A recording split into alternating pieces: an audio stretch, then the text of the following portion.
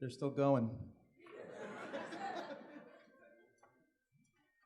Gotta wait for them to stop.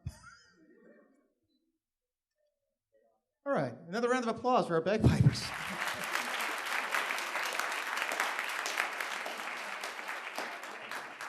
All right, in front of you is the Governor Livingston World Percussion Ensemble. The piece we selected today is Back Roads to Medellin. I actually got to meet the composer. I was out in San Antonio, Texas for a percussion convention, and I asked him, his name's Chris Brooks, I go, what was your inspiration for this song?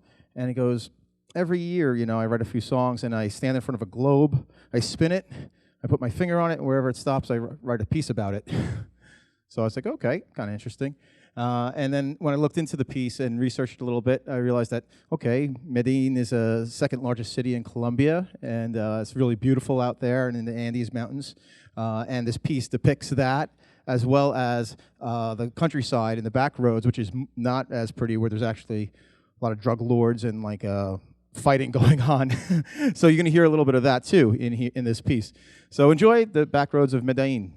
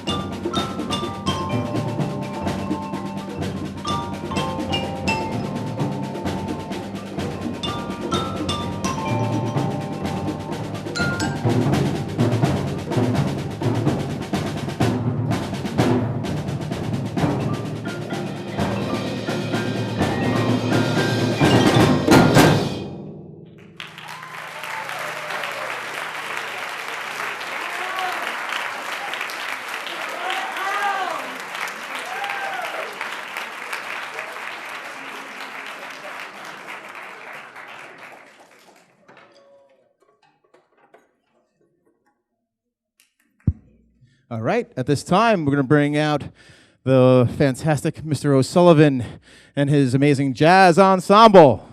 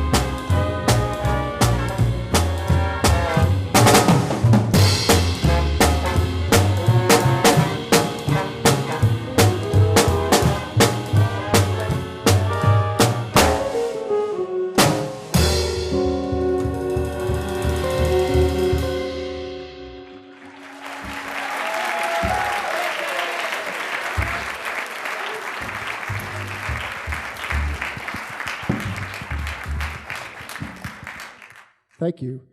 We are the GL Jazz Ensemble. It's a lot of fun. Before we go on, who's a returning member of this class? Raise your hand. Cool. Who's new? Cool. This is the way it is every semester. It's a lot of fun. We have students come and go each semester, and we teach them about history, jazz theory, jazz scales, jazz this, jazz that. And hopefully, along the way, we find jazz. A lot of fun. And the next tune, that was Back the Knife, by the way, a great song about a murderous guy, and it just, kind of swings. Listen to the lyrics next time you hear it. It's kind of dark. The next tune is All Blues. It's a Miles Davis tune from the album Kind of Blue. At the time, it was a bunch of great jazz guys who got together in the 50s, and some of it was prepared. They wrote some notes. Some of it was figured out on the spot.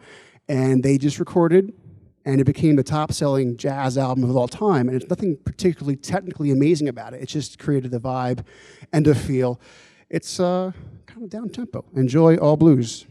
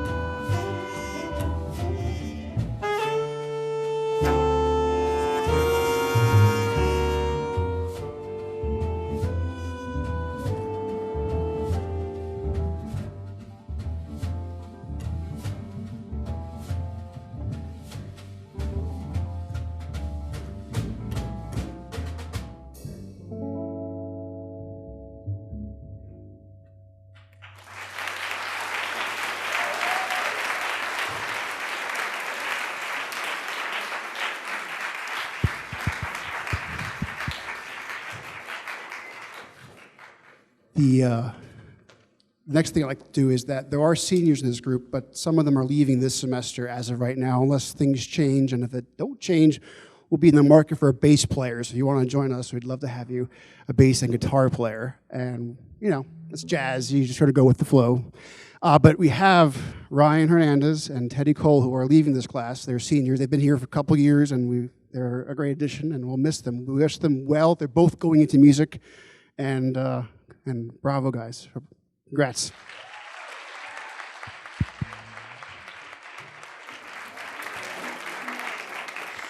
Last up, we have a sort of, not sort of, it is a fusion tune. It's by Chick Corea. It is called Spain. It's just fun. Enjoy it. That's all you need to know. It's fun.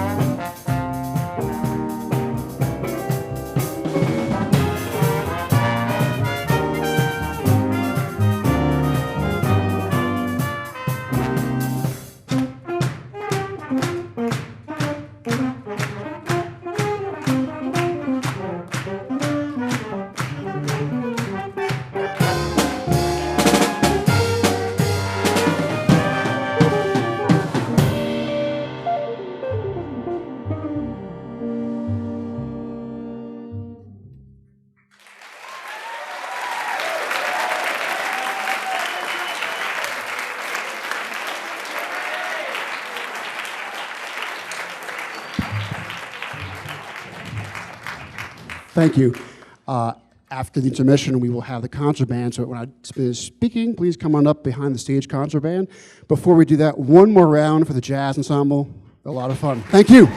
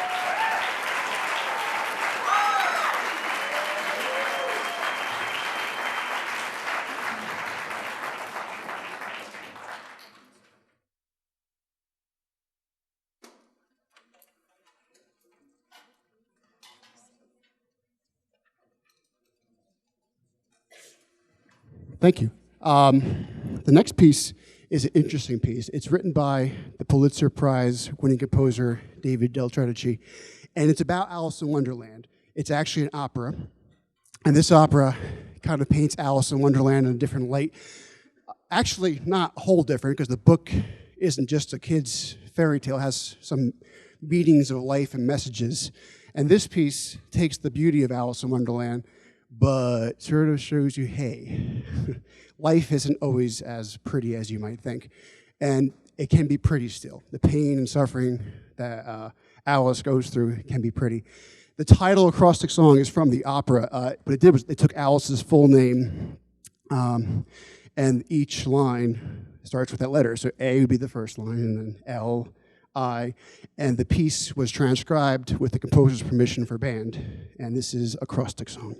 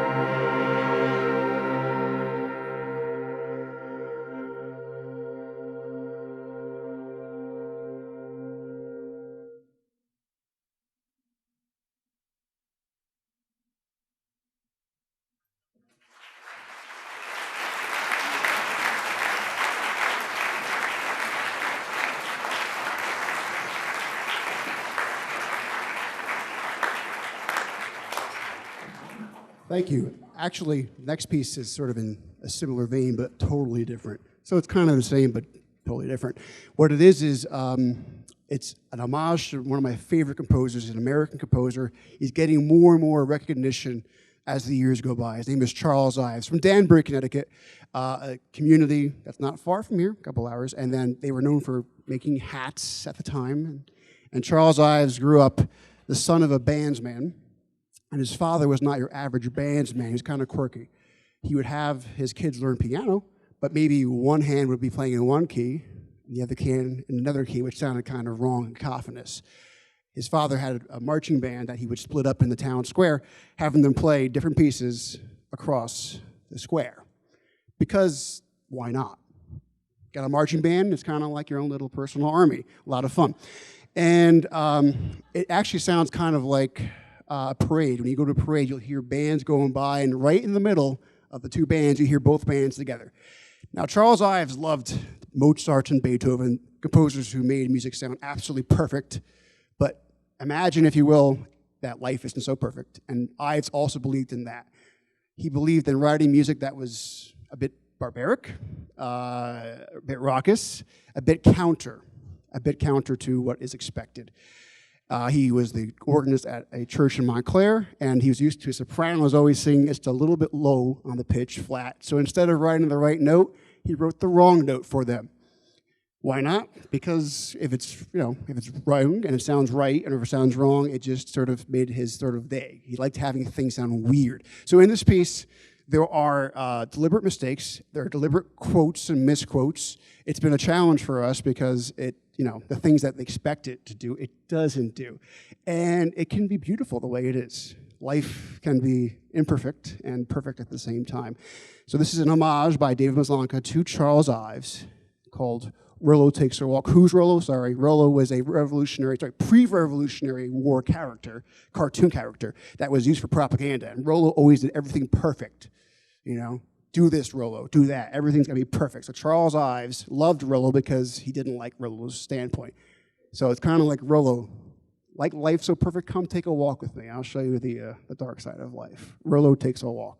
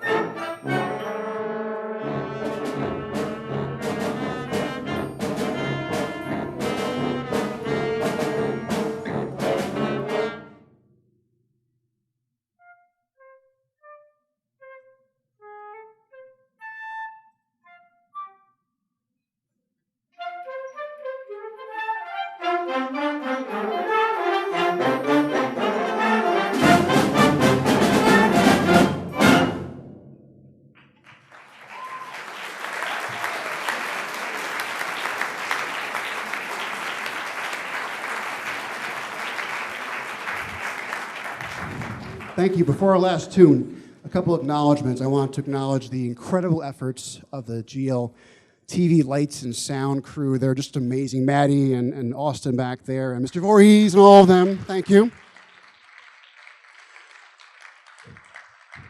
We have some special guests tonight. We have Mr. Scott McKinney, the Assistant Superintendent of Schools, as well as Mr. Robert Nixon, the Principal, and Mrs. Tara Oliveira, the Administrator for the High School Assistant Principal.